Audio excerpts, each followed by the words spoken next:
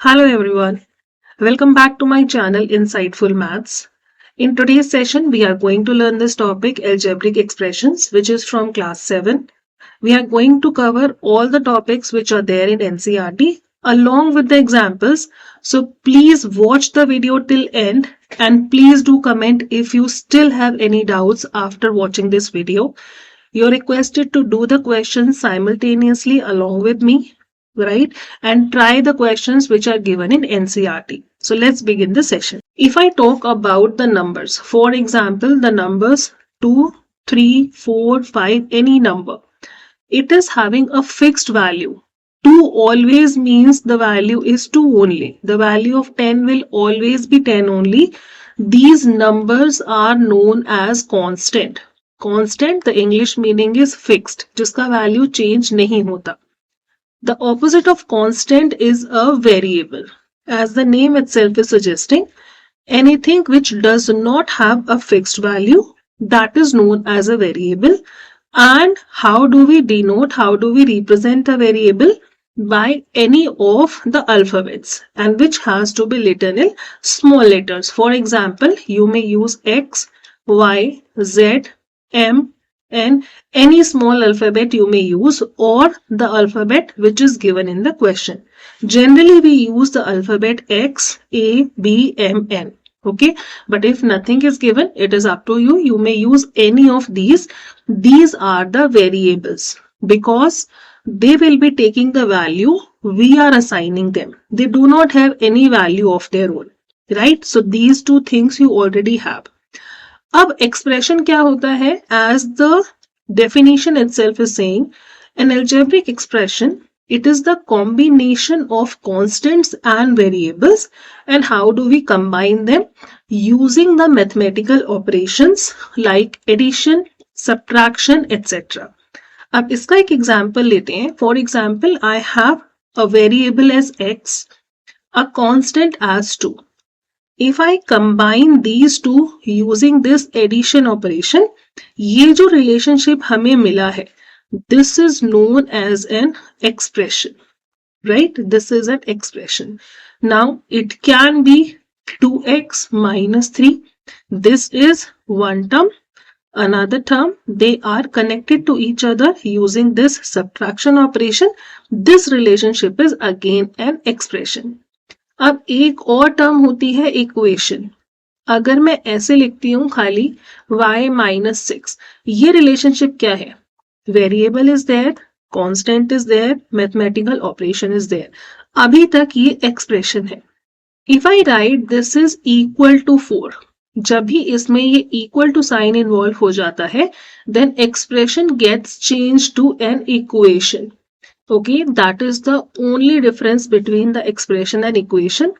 अगर equal to sign involve हो जाता है, उसे हम equation कहते हैं. If it is just the combination of constant and variable along with any mathematical operation, that is just an expression. Okay, coming on now to another topic. What are the terms of an expression? हमने अभी अभी पढ़ा जब हमारे पास ऐसा कुछ relationship होता है. For example 7xy minus 26y square. ये क्या है? इसमें कांस्टेंट भी है, वेरिएबल भी है, मैथमेटिकल ऑपरेशन भी है ना? This is an expression. ये एक्सप्रेशन मिला कैसे? सबसे पहले मैंने 7xy बनाया होगा, उसके बाद मैंने 26y स्क्वायर बनाया होगा, and then these two are connected using this minus symbol, right? अब ये जो होती हैं, this one and this one, these are known as terms. So जो expression हम बनाते हैं, expression is formed using the terms. अब terms कैसे बनता है? देखो, if the term is 7xy, 7xy अपने आप से exist नहीं करता. सबसे पहले हमने 7 लिया होगा, उसके बाद हमने x लिया होगा, फिर y लिया होगा, and then we would have multiplied them. अगर आप इन तीनों को multiply करोगे, this multiplication symbol will get disappeared and you will be getting 7xy. अब ये जो relationship हमें मिला है ना, this is known as a term. In the similar manner, for this 26y square, we would have taken number 26, फिर y लिया, फिर y लिया, and we have multiplied, so we have got another term 26y square. दोनों को जब हमने subtract किया, we have got the expression. तो एक चीज हम याद रखेंगे, एक्सप्रेशन किस चीज से बनता है? It is made up of terms. और ये जो टर्म है 7xy टर्म है, ये किस चीज से बनके मिली है? This is made using this number 7 and variables x and y. अगर मैं टर्म को ब्रेक कर दूं तो ये जो 7xy या 26y एंड y ये सब मिला है, that is known as a factor. Okay, इसका मतलब factors are multiplied to make the terms and terms are combined to make the expression. अब इसके आप देखो, हमने अभी इसकी एक बार डेफिनेशन पढ़ते हैं. To form an expression we use constant and variable and separate them using the operation like addition, subtraction, etc. These parts of the expression which we separate using the operation are known as term.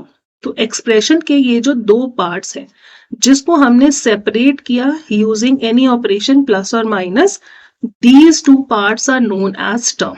ठीक है, समझ आया? expression कैसे बना? term से मिलके. और ये जो दो अलग अलग term हैं, term कैसे बना? फैक्टर्स से मिलके. इसका एक और एग्जाम्पल लेते हैं. फॉर एग्जाम्पल, जैसे हम अभी तक पढ़ते आए हैं, if I have a number let's say 12, ठीक है, मैं आपको बोलूंगी 12 के फैक्टर्स बताओ. तो हमें ये 12 कैसे मिला?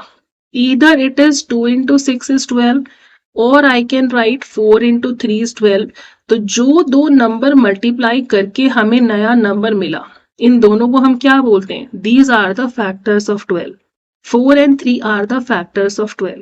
ठीक है, तो हमारी ये टर्म्स कैसे बन रही हैं? अगर मेरे पास 7 है और x है, मैं दोनों को मल्टीप्लाई करूं तो ये दोनों क्या हैं? ये दोनों फैक्टर्स हैं.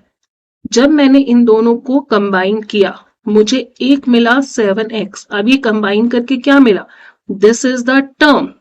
अगर मैं x और x लेती हूं and I multiply these two are factors.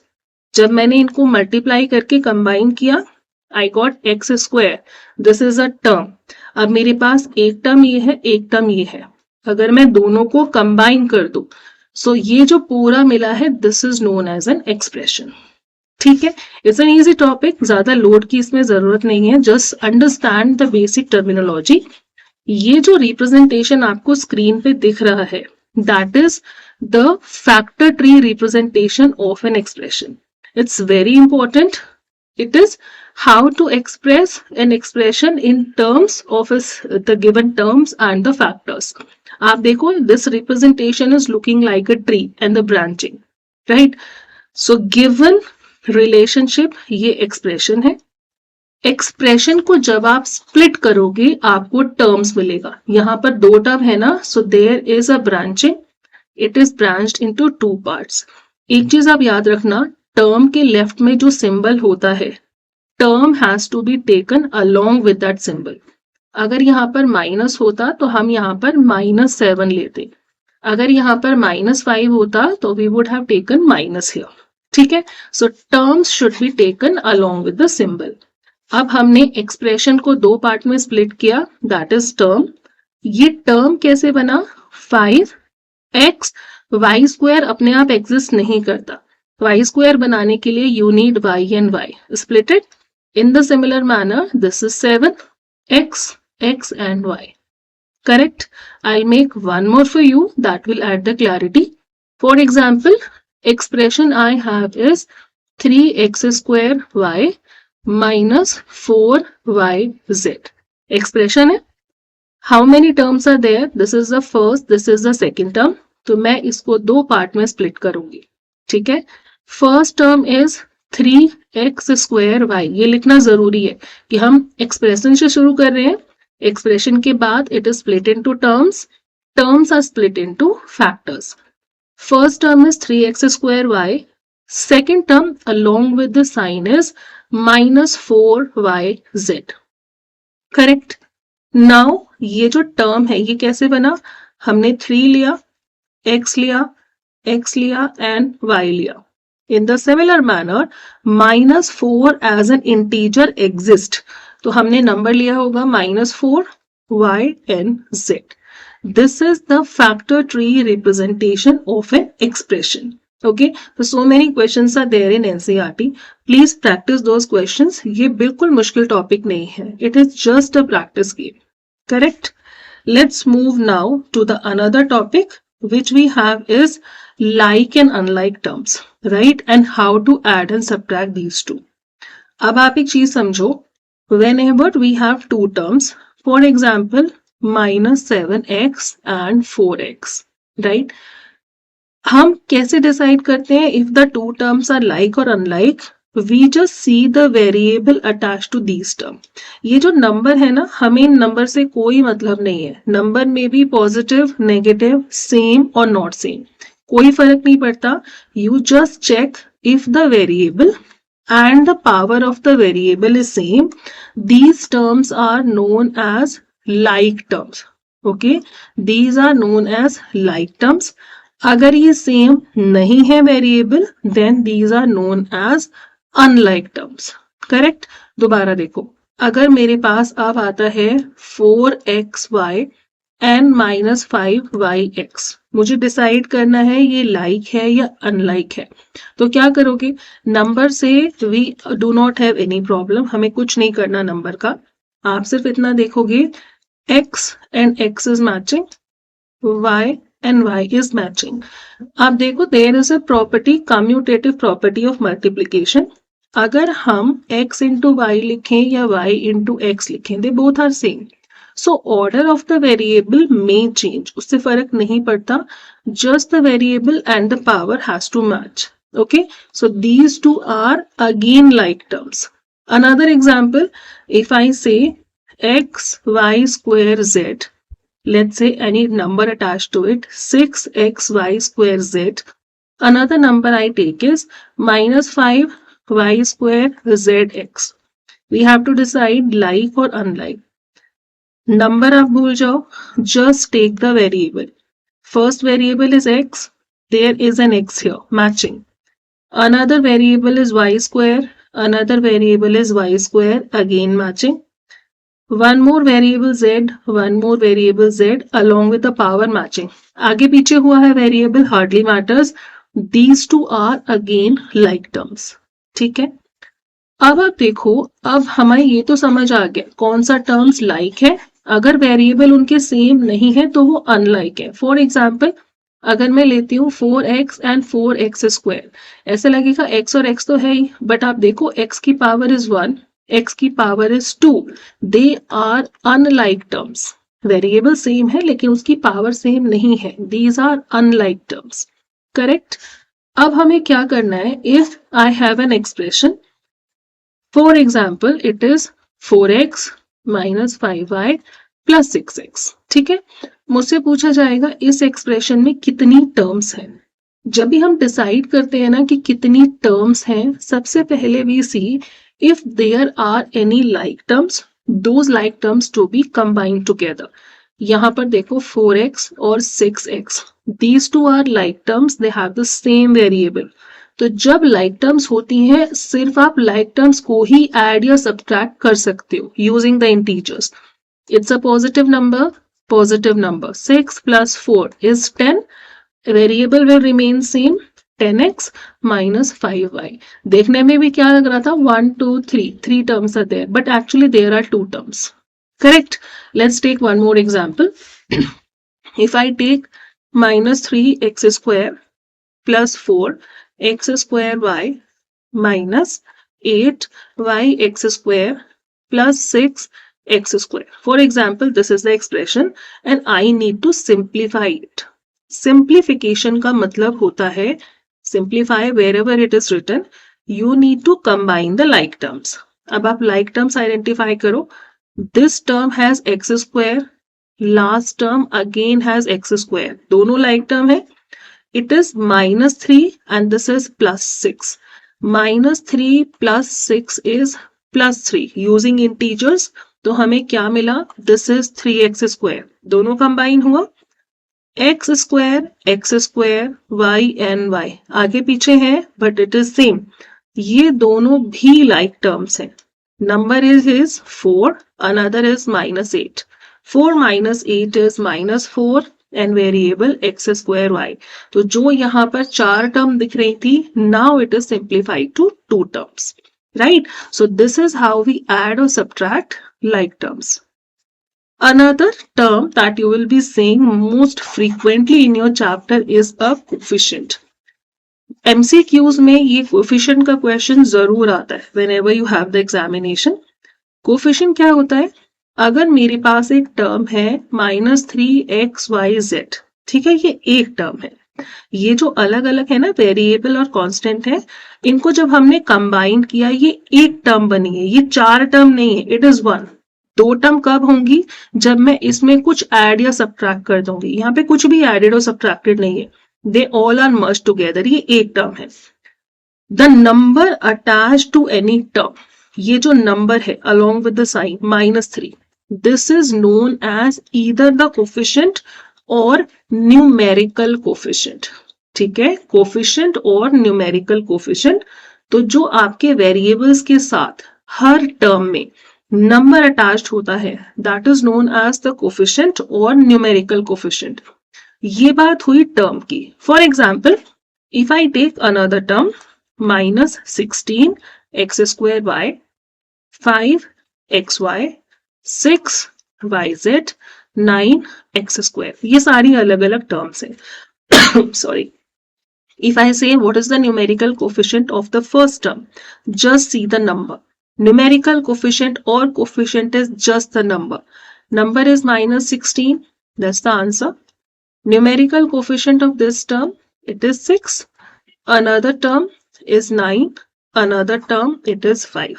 ठीक है, numerical coefficient is just the number attached with the term.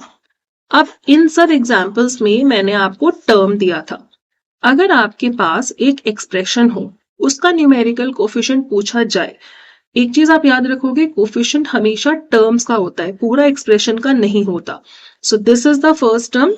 इसमें मान लो मैं आपको 6yz और ऐड कर देती हूँ, तो this is the first term, this is the second term.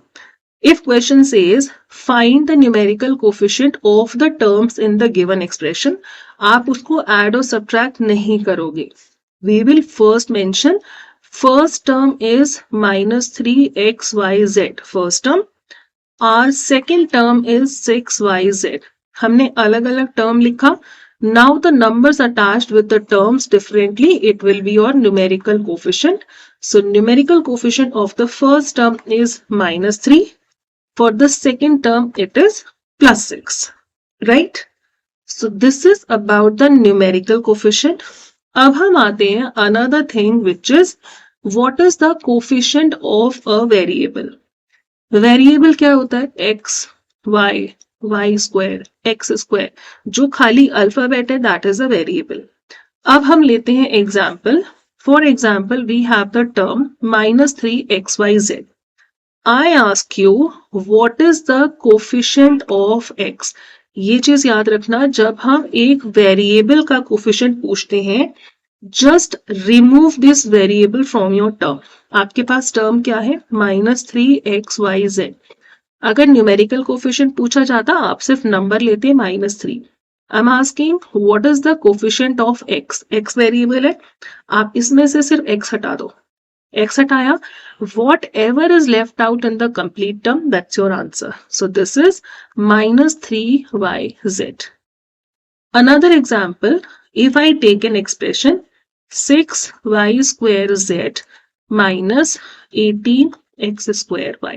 ठीक है, क्वेश्चन आपसे बोलेगा identify the term containing x square and find the coefficient of x square. ठीक है, हम ढूंढ रहे हैं कोफिशिएंट ऑफ एक्स स्क्वायर. पहले वाली टर्म में there is no x square, we are not going to take this term. Second term में एक्स स्क्वायर है, याद रखोगे सेकेंड टर्म के लेफ्ट में एक माइनस साइन भी है. So we have to find the coefficient of x square in this term. X square एक वेरिएबल है, तो इस टर्म में से आप एक्स स्क्वायर हटा दो. What we are left with, एक माइनस हुआ, एक 18 हुआ, ये y हुआ. Answer is -18y. Correct. Let us do one more question here. If I write minus 16 x square y square z. My question is, what is the coefficient of x square? Answer is minus 16 y square z. मैंने coefficient of x square पूछा, remove x square. What is the coefficient of y square? Y square हटा दो, answer is minus 16 x square z. What is the coefficient of z? Z हटा दो, minus 16 x square y square. ठीक है, understood. Numerical coefficient of the term is just the number attached with the term. Coefficient of a variable mean, पहले आप वो term ढूंढो जिसमें ये variable है, उस term में से इस variable को remove कर दो. तो whatever number and other variables are left out, that's your answer. Right? Another now topic is naming an expression. अगर मेरे पास एक एक्सप्रेशन है, मुझे उसे नाम देना है. नाम कैसे देते हैं? Naming can be, is it a monomial, or it is a binomial, or it is a trinomial, or a general term for all these is a polynomial. ठीक है, अगर एक एक्सप्रेशन में सिर्फ एक ही टर्म है monomial, 2 terms binomial, 3 terms trinomial, and any number of term, or generally we say that more than 3 terms, it is known as polynomial. अब अगर मेरे पास एक्सप्रेशन है x plus y, first term second term, it's a binomial. अगर मेरे पास expression है x square, आप देखो इसमें प्लस माइनस कुछ भी नहीं है, it is just one term, it is just a monomial. If I have x square minus y plus z square, ये तीनों अलग अलग है ना, हम इनको कंबाइन नहीं कर सकते. First term, second term, third term, it's a trinomial. अब एक आप एग्जाम्पल देखो, if it is 4xy minus yz minus 16yx. अब देखने में हमें लग रहा है 1 2 3 इट्स अ ट्राइनोमियल. जब भी हम डिसाइड करेंगे, first of all look for the like terms if any. यहां पर एक्स वाई है, यहाँ वाई जेड है, ये दोनों अलग है, बट एक्स वाई और वाई एक्स तो सेम होते हैं, है ना. आगे पीछे variables can be there, they are exactly the same. So combine these two. Plus 4 minus 16, it is minus 12, right? So minus 12 xy दोनों कंबाइन हुआ, and second term left out is minus yz. अब ये दोनों variable अलग अलग है ना, we can not combine them further. One term and two term, this is a binomial. ठीक है, अंडरस्टूड. अगर आपको सिर्फ एक नंबर गिवन है, फॉर एग्जाम्पल इट इज 20, यहाँ पे कोई वेरिएबल नहीं है लेकिन एक कांस्टेंट तो है, ये एक ही टर्म है, it is again a monomial. अब एक ना क्वेश्चन ऐसे आता है, कभी कभी हम कंफ्यूज हो जाते हैं लुकिंग मोर वेरिएबल्स टुगेदर. अगर मैं अब आपसे पूछती हूँ X Y Z W square Y square, this one, और X plus one, my question is out of this and this which has more number of terms, right. आप देखो यहाँ पर कोई प्लस माइनस नहीं है, नंबर ऑफ वेरिएबल हमें ज्यादा दिख रहे हैं but there is no plus and minus, it is just one term. ये सारे वेरिएबल आपस में मल्टीप्लाई हो गए हैं और एक ही टर्म बन रहा है, but this is 1 and 2, this is 2 terms, right. So देखने में ही ज्यादा लग रहा था, but first one has 1 term, second one has 2 terms, correct. Let's move to the next topic now, the final topic of this chapter, finding the value of an expression. हम कुछ examples करेंगे, वैल्यू कैसे निकालते हैं. For example मेरे पास है x square plus 9. अब x square plus 9 की अपनी कोई वैल्यू नहीं है, जब तक मैं x की वैल्यू इसमें इनपुट नहीं करूंगी इसकी कोई वैल्यू आएगी ही नहीं. तो अलग अलग वैल्यूज ऑफ x के लिए this expression has infinite values, है ना, क्योंकि x की अलग अलग वैल्यूज हो सकती हैं. So if I put x equal to 1, my question is if x equal to 1 find the value of x square plus 9. X square का मतलब क्या होता है, x into x. So we have to put x equal to 1 here. So this is 1 into 1, answer is 1. सो आपकी जो ये पहली term है इसकी वैल्यू आ गई 1. Second term is already a constant and 1 + 9 answer is 10. ये सबसे आसान एग्जाम्पल था. Let's take an expression x² + 2x. अब हम क्या करेंगे, let me put the value of x as -2. ठीक है, देखो till the time we are not very efficient doing this question, हम थोड़ा सा स्लो करेंगे just to ensure that the answer is correct in one go. हम इसको term wise निकालते हैं. This is the first term and this is the second term along with the sign. First term x² है which means x multiplied by x which is -2 multiplied by -2. जब दो negative number multiply होते हैं minus and minus gets cancel and 2 into 2 is 4. तो first term की value 4 आ गई. Second term देखो, सेकेंड टर्म इज +2x. यहाँ पे प्लस है ना, इट इज +2x. 2x का मतलब होता है 2 multiplied with x. 2 multiplied with x की value is -2. What is 2 into -2? It is -4. हमने दोनों टर्म की वैल्यू निकाली. Now put it in the expression. x² is 4, 2x is -4. 4 - 4 cancel, your answer is 0. Right? Let's take another example. If a is equal to 2 and b is equal to -1 and I need to calculate a² + 2ab + b². अब हमें लगेगा ये तो इतनी सारी term है ना, there are chances of making the error. Again जब तक हमें पूरा अच्छी तरह प्रैक्टिस नहीं हो जाता, again I am suggesting do it term wise. First term is a².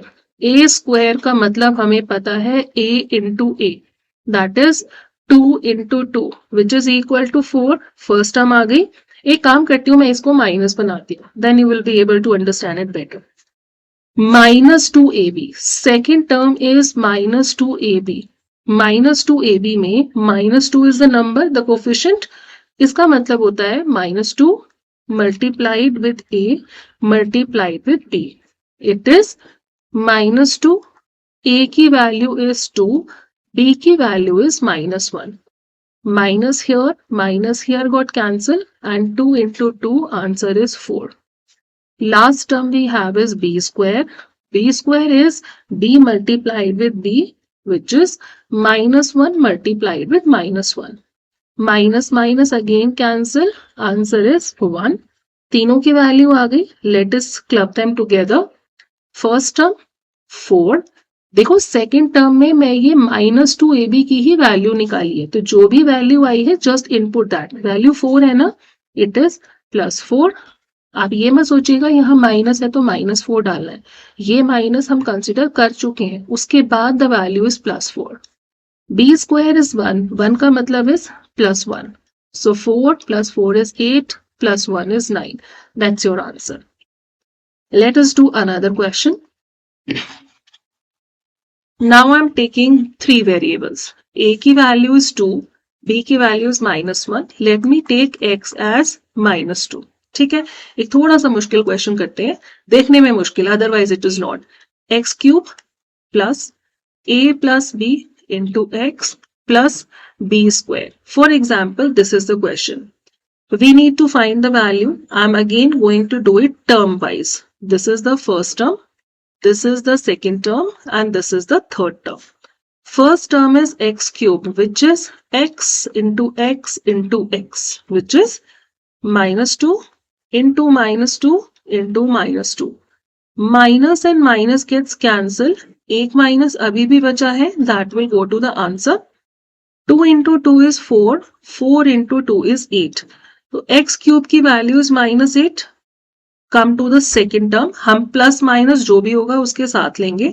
So in the bracket we have a plus b. Bracket के बाहर it is multiplied with x. So what is the value of bracket? a की value 2 है, b की value is -1. So 2 plus -1 which is 2 - 1. Plus और minus में minus dominate. 2 - 1 तो 1 होता है. So the brackets value a plus b की value 1 आ गई. It is multiplied with x. x क्या है यहाँ पर? -2. तो हम इन दोनों नंबर को मल्टीप्लाई कर रहे हैं bracket 1 and x minus 2 which is equal to minus 2. Second term. Third term is b square. B square is b multiplied with b minus 1 into minus 1. Both the minuses cancel, it is 1. तीनों term की value निकाल ली. Let us put them together. First one is minus 8. Second one is minus 2. Third one is plus 1. -8 -2 together. जब भी दो negative number आपस में combine होते हैं एज एन एडिशन और सब्ट्रैक्शन, ये दोनों सेम साइन है ना, we have to add along with the minus sign +1. One negative, one positive. Take the difference along with the minus sign. Answer is -9. Right? So in this particular chapter, we do not have any other topic left out. These are the handful only topics: the factor tree, coefficient, variables, and finding the value of the expression. So please try to do the NCERT questions. I'm just giving you one more question here that everybody has to do and put the value in the comment option. Question is x square plus 2xy minus y square. मुझे इसकी value चाहिए if x is equal to -2 and y is equal to -1. ठीक है? Please do this question and write the answer in the comment option. I hope you have enjoyed and understood the topics. If yes, do not forget to like and subscribe to the channel, and please do share it with your friends. Thank you so much for watching. Take care.